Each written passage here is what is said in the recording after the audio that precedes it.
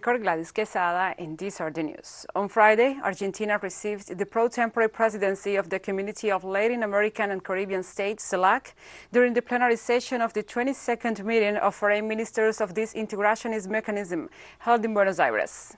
Among the fundamental topics of the meeting are the integration processes of the region, the distribution of vaccines and other strategies to confront COVID-19, as well as the economic crisis resulting from the pandemic.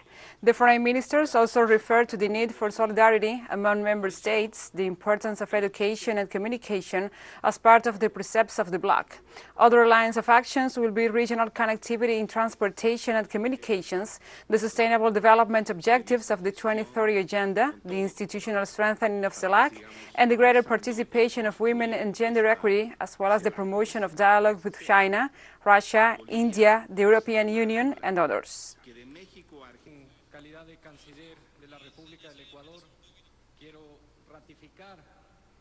La vocación y nuestro interés y por haber hecho realidad esta cita en un momento de inicio de año donde creo que el apoyo de todos quienes estamos aquí, países.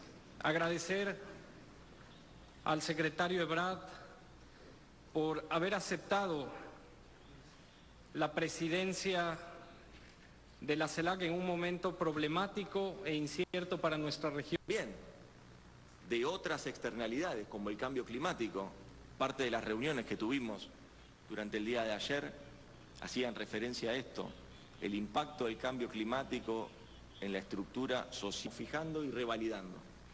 Por eso, en los 15... Santiago Cafiero, Chancellor of Argentina, expressed that it was a great honor to share the CELAC organization because of the importance of this has in particular in the current times and the commitment this implies. The search for coincidences will be our main commitment. The respect for diversity will be our guiding principles. CELAC is a forum tailored to our region, a region that today we can affirm that is a region of peace. That is why we say that we have much to show and tell the rest of the world. Mechanism of integration and respect and peoples in peace are part of a rich and diverse culture that we have been sustaining based on respect for one another. Mexico's Foreign Minister Marcelo Ebrard, in his opening remarks at the meeting, referred to the organization's achievements despite its challenges posed by the pandemic. The most tangible result for the population is what was done in the face of the pandemic. The community of Latin American states and Caribbean states promoted the first United Nations resolution in favor of universal and equitable access to all treatments and medicines.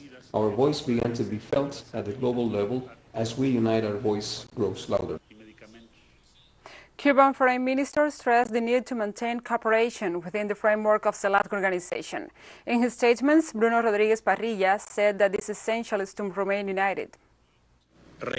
We ratify the will to maintain CELAC as a mechanism of political consultation, genuinely Latin American and Caribbean, and we ratify the commitment with regional integration and the validity of the proclamation of Latin America and the Caribbean as a peace zone.